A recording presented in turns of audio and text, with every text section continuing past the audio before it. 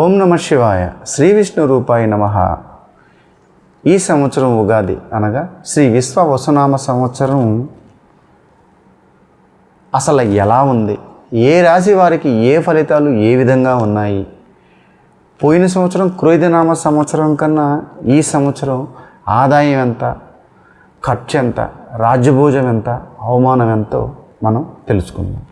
అనగా ముఖ్యంగా వృషభ రాశి వారికి ఈ సంవత్సరం ఎలా ఉందో మనం తెలుసుకుందాం. అనగా వృషభ రాశి, ఈ రాశి వారికి ఆదాయం 11, ఖర్చు 5, అలాగే రాజ్యభోజం 1, అవమానం 3. అంటే సంవత్సరం మొదటే ఈ ఫలితాలు తెలిసిపోతుంది.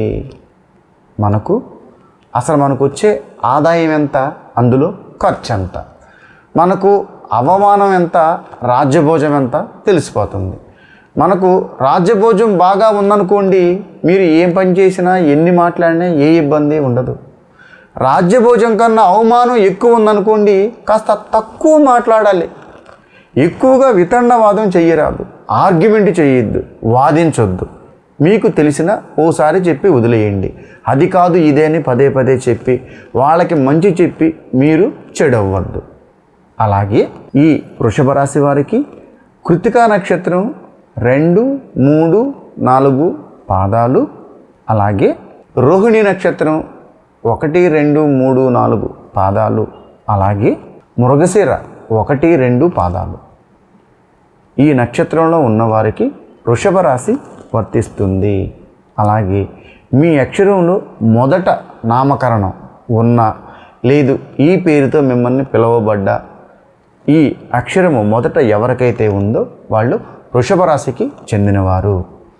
ఏ ఏ అక్షరములు అని అనగా ఈ, ఊ, ఏ, అలాగే ఓ, వా, వి, అలాగే వి, వు, వే, ఓ అను అక్షరములు మీ పేరులో మొదట ఉన్నవారు మిమ్మల్ని వృషభ రాశికి చెందినవారు అని అంటారు.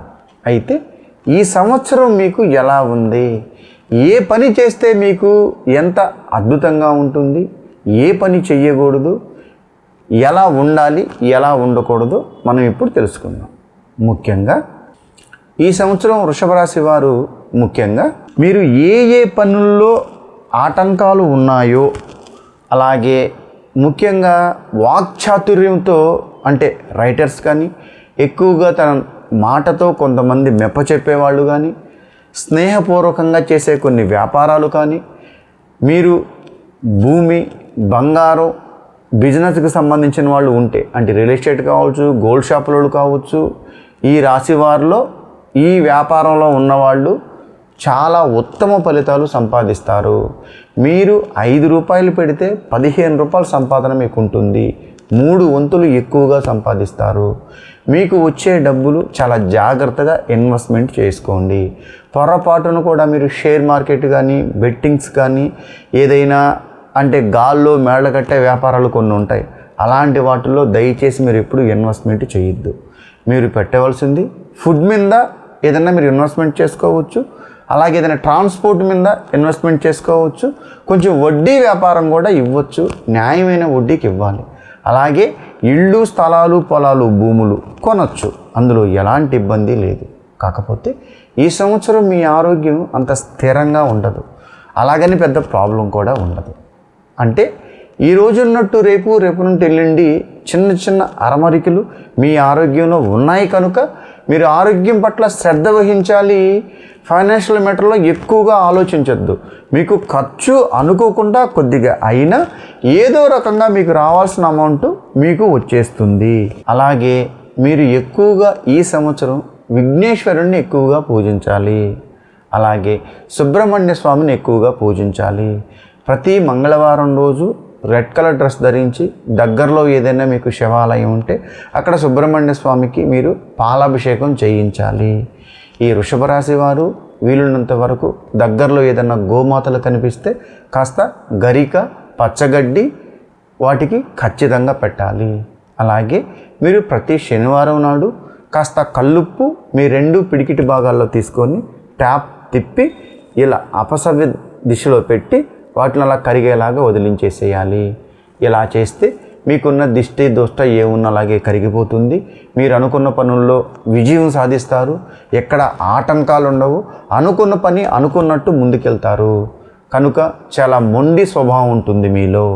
మీరు ఏదనుకున్నా సరే గట్టిగా నిలబడి చేయించుకుంటారు. ఎవరికీ భయపడరు. ఈ సంవత్సరం మీకు ఫలితాలు మహా అద్భుతంగా ఉన్నాయి. మీరు పావలా పెడితే రూపాయి సంపాదిస్తారు. వచ్చే రూపాయిని జాగ్రత్త చేసుకోండి. నమ్మి ఎవరికి డబ్బులు ఇవ్వద్దు. కాస్త శ్రద్ధ వహించి ఈ సంవత్సరం సొంత ఇల్లు లేకపోతే సొంత ఇల్లు కొనుక్కుంటారు. సొంత బిజినెస్ లేకపోతే సొంత బిజినెస్ చేస్తారు. పెళ్ళి కాని వాళ్ళు పెళ్ళి చేసుకుంటారు.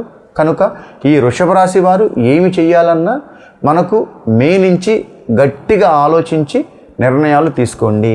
ఏప్రిల్ నుంచే మీ గుడ్ టైం స్టార్ట్ అవుతుంది. కనుక 1 మంత్ ఏం ఉండాలో ఆలోచించి సెట్ చేసుకొని మే నుంచి గట్టిగా చేయగలిగితే మీకు మేబీ 6 మంత్స్ కల్లా మార్పు కనిపిస్తుంది. ఎలాంటి ఇబ్బంది, ఎలాంటి సమస్యలు, ఎలాంటి గ్రహ దోష లోపాలు మీకేమీ లేవు, ఏమీ చెయ్యలేవు. కష్టే ఫలి. జాతకం బాగుంది కదా, గ్రహాలు బాగున్నాయి కదా, ఏం చేయకపోయినా జరుగుతుందిలే అని దయచేసి అనుకోవద్దు. ఏదైనా మనం కష్టపడితేనే జరుగుతుంది. ఫస్ట్ మీరు నమ్మవలసింది కష్టే ఫలి. కష్టాన్ని నమ్మండి, ముందుకెళ్ళండి.